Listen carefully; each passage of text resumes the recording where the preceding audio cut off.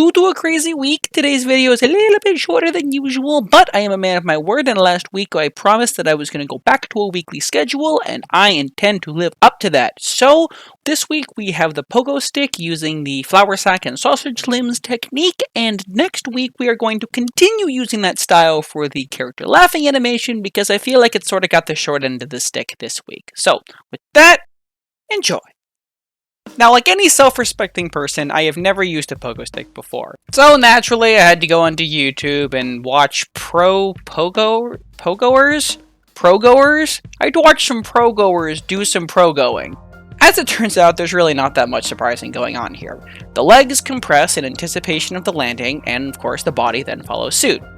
Then everything pushes up around the bottom of the compression, and off you go! GoPro pro-goer identity crisis in 10 seconds flat.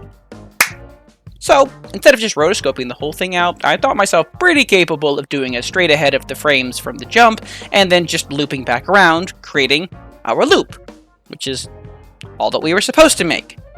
And again, that's kind of boring. So, I looked to try to find a way that I could spice things up. Now, of course, instead of spicing things up, I could have gone back and made sure that my animation was a bit more realistic and fluid, and that I added in the extra frames to make sure that I really had captured the whole pogo stick expression. I could have done that. If I was more academic about this, it probably would have been beneficial to do that, but I didn't because I'm just a hobbyist and I like to have fun and make kooky little stories. So, I opted for that.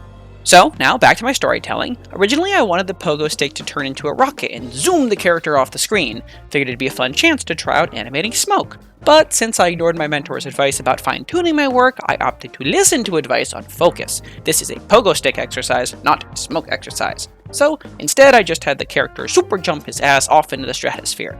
This ended up being a nifty little challenge in timing, trying to get the liftoff to feel sudden enough, and I actually deleted and redrew quite a few frames to get the feeling just right. And of course, to finish off, I thought it'd be fun to have him trail off into the distance, so I measured an arc, made a bunch of little buddies, and placed them with a bit of a spin to show that he'd lost control and was totally okay with that. So, thanks for tuning in, and you have yourself a wonderful however long.